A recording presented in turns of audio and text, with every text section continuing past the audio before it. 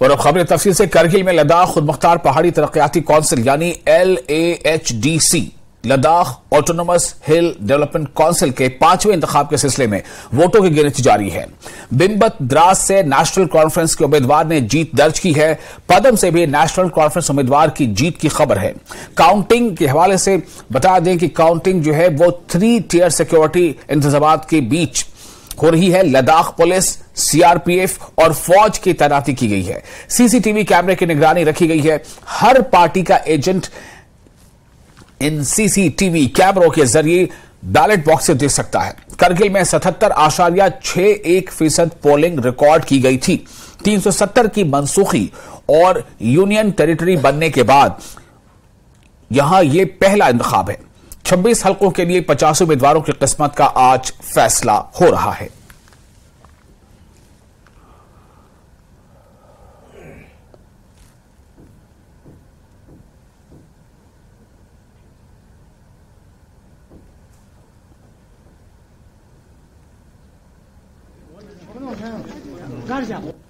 लमुचन से काकसर तक के तमाम लोगों का शुक्रिया अदा करता हूं जिन्होंने मुझे चुना और मुझे अपना नुमाइंदा बनाया।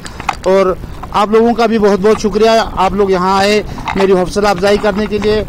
तो सबसे पहले मैं अब particularly Jammu and Kashmir national conference का शुक्रिया अदा करता हूँ जिन्होंने मुझे मैंडेट दिया और मुझे अपना कैंडिडेट बनाया था। तो NC के एक कैंडिडेट की जीत के बाद का ये बयान आपने सुना। उन्होंने कहा है कि उन्हें बेहद खुशी है और वो पार्टी के भी मशहूर खुद को बता रहे हैं कि पार्टी ने उन्हें अपना कैंडिडेट बनाया था। तो कहने का मतलब ये है कि सिलसिलेवार अब रिजल्ट सामने आने लगे हैं। जो काउंटिंग जारी है उस काउंटिंग के नतीजे अब सामने आ रहे हैं और अब ये हर लम्हे यानी हर कुछ देर में यह साफ होता जा रहा है कि कौन किस सीट से चुनाव जीतता जा रहा है।